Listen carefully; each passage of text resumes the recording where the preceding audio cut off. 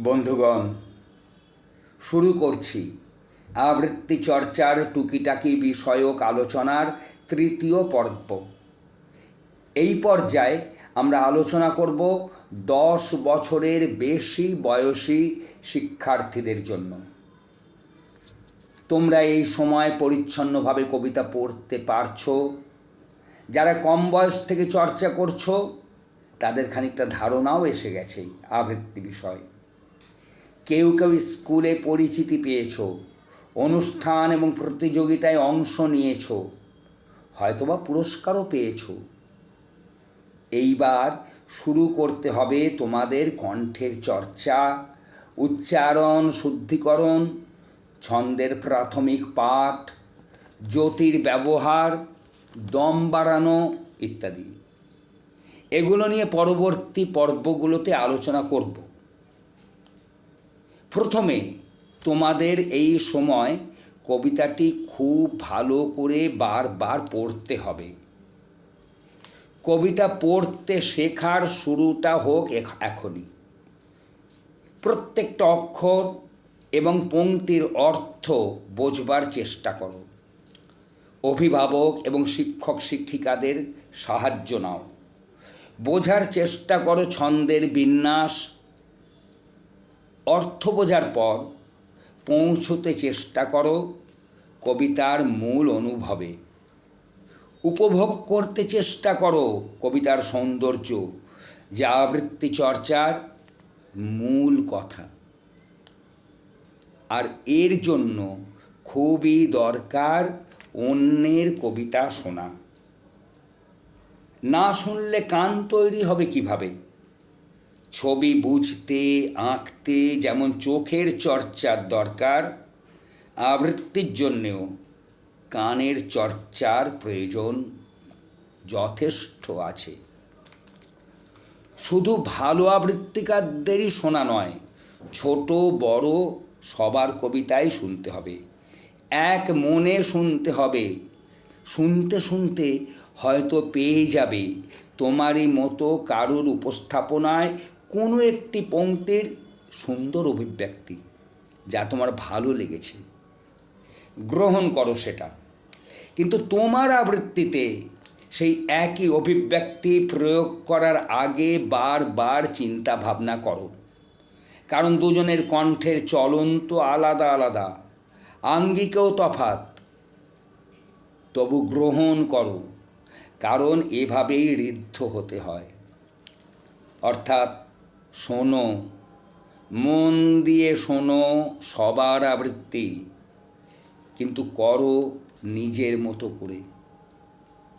নতুন শিক্ষক শিক্ষিকাদেরও এই দায়িত্ব থেকে যায়।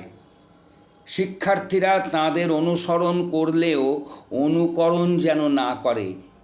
প্রতিটি শিক্ষার্থীকে তার নিজের মতো করে বলাটাকে ত্রুটিমুক্ত করে তোলাই শিক্ষক শিক্ষিকাদের দায়িত্ব এবং চ্যালেঞ্জও বটে।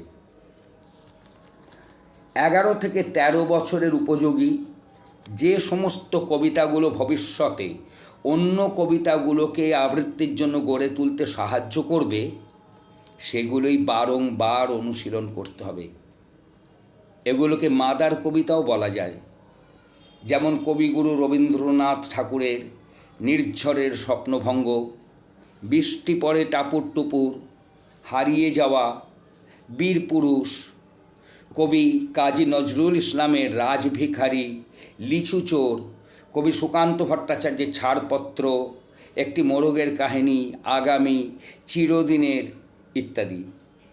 এছাড়া কবি প্রেমেন্দ্র মিত্র, ভবানীপ্রসাদ বন্দ্যোপাধ্যায়ের যে কবিতাগুলো তোমরা বুঝবে, সেগুলো চেষ্টা করতে পারবে।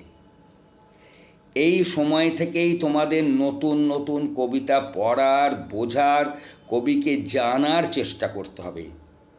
তার মানে তোমাদের ধীরে ধীরে কবিতার ভালো পাঠক হয়ে ওঠার শুরু এই সময়।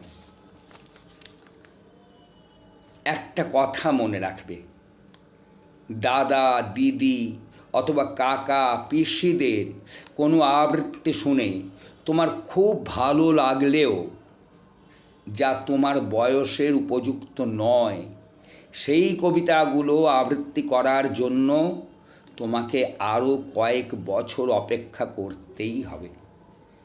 এক্ষেত্রেও শিক্ষক শিক্ষিকা এবং অভিভাবকদের সঠিক এবং অনাবেগী পথ নির্দেশ একান্ত প্রয়োজন। এবার আসি 14 থেকে 18 বছরের শিক্ষার্থীদের কথায়। যারা আগে থেকেই চর্চা শুরু করেছে তারা তো বটেই, যারা নতুন তারাও এসেছে কবিতাকে ভালোবেসেই। এই বয়স থেকেই কণ্ঠের প্রস্তুতি ও উচ্চারণ শুদ্ধিকরণে আরও অভিনিবেশ করতে হবে। শুদ্ধ উচ্চারণকে ক্রমে ক্রমে চর্চিত উচ্চারণ ও অনুভবী উচ্চারণে উত্তরণ ঘটানোর প্রয়াস করতে হবে। এ নিয়ে পরবর্তী উচ্চারণ পর্বে আলোচনা করব। আমরা দেখব উচ্চারণ কিভাবে উত্তরণের পথ খোঁজে। শিক্ষার্থীকে এই বয়সে আরও বেশি কবিতার সান্নিধ্যে আসতে হবে। নিয়ম করে প্রতিদিন অন্তত 1 ঘন্টা অনুশীলন করতে হবে। ভাবনা চিন্তার সময় আলাদা। শিখতে হবে কিভাবে কোনো কবিতার স্তবক ধরে ধরে তৈরি করা যায়, তারপর প্রত্যেকটা স্তবকের অনুভব অনুযায়ী সম্পূর্ণ কবিতাটির পুনর্গঠন। কোনো অট্টালিকায় যেমন ধীরে ধীরে গড়ে ওঠে, যেমন গড়ে ওঠে প্রতিমা, সেভাবেই ভিত বা কাঠামো, বাঁশের বা কাঠের, তাকে শক্ত করে বাঁধা, তারপর খড় জড়ানো, মাটির প্রলেপন, শুকিয়ে গেলে আবার মাটির প্রলেপন, তারপর চুনের প্রলেপ, রঙের প্রলেপ, শুকিয়ে নিয়ে আবার রং লাগানো, পরিধান পরানো, অলঙ্করণ, উন্মুক্ত অঙ্গে ত্বকের সৌন্দর্যায়ন যাকে বলে গ্লেজ নিয়ে আসা, তারপর মুখাবয়ব চিত্রণ, চক্ষুদান, মূর্তির কাজ সম্পন্ন। উচ্চারণের দ্বারা মূর্তিতে প্রাণ প্রতিষ্ঠা, তবেই তো নিষ্প্রাণ মূর্তি প্রতিমা হয়ে ওঠে।